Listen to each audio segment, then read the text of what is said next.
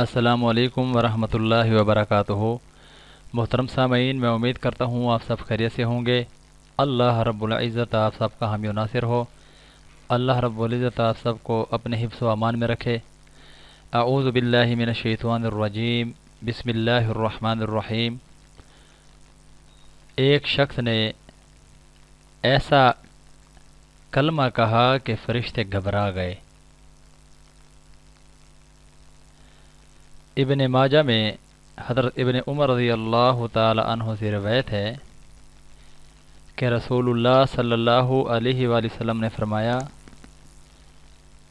ایک شخص نے ایک مرتبہ کہا، یا ربی لک الحمد، یا ربی لک الحمد کما ینبغی لجلال وجہک وعظیم سلطانک۔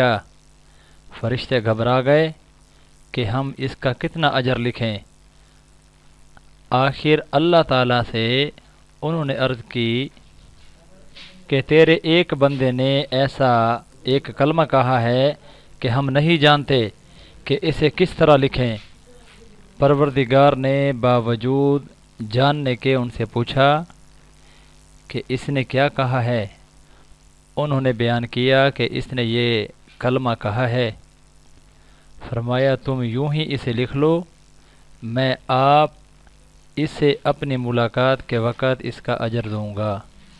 تفسیر ابن کثیر جلد 1 صفحہ 46 کے اندر یہ موجود ہے۔ بکھرے موتی جلد سوم صفحہ 60 کے اوپر یہ بات موجود ہے۔